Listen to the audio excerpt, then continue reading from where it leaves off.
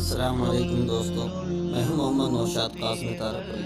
ہمارے YouTube channel Naushad teach پر آپ کا خیر مقدم ہے۔ آپ سے گزارش ہے کہ اگر آپ نے ابھی ہمارے یوٹیوب چینل کو سبسکرائب نہیں کیا ہے تو بہت جلد کر لیں تاکہ ہماری ہر ویڈیو اب تک پہنچتی رہے۔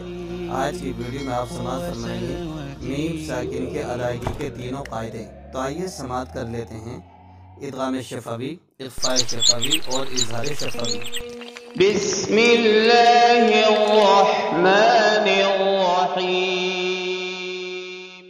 بچوں کو سمجھا دیا جائے کہ میم ساکن کے 3 قاعدے ہیں، یا میم ساکن کے 3 حال ہیں، یا میم ساکن کی 3 قسمیں ہیں۔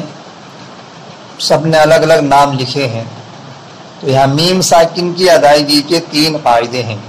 نمبر 1 ادغام شفوی، نمبر 2 اخفاء شفوی، نمبر 3 اظہار شفوی۔ قاعدہ نمبر 36 ادغام شفوی۔ ادغام شفوی کا یہ قاعدہ ہے کہ جب میم ساکن کے بعد دوسری میم آ جائے تو وہاں پر میم ساکن کا دوسری میم میں ادغام ہوگا اور ایک الف کے برابر کھنچ کر ناک سے غنہ ہو کر پڑھا جائے گا، جیسے لہم ما یشاءون، اس کو ادغام شفوی کہتے ہیں۔ اخفاء شفوی قاعدہ نمبر 27 اخفاء شفوی کا یہ قاعدہ ہے کہ جب میم ساکن کے بعد حرف با آ جائے تو وہاں پر میم ساکن کا اخفاء ہوگا اور ایک الف کے برابر کھنچ کر ناک سے غنہ ہو کر پڑھا جائے گا، جیسے ان ربہم بہم، اس کو اخفاء شفوی کہتے ہیں۔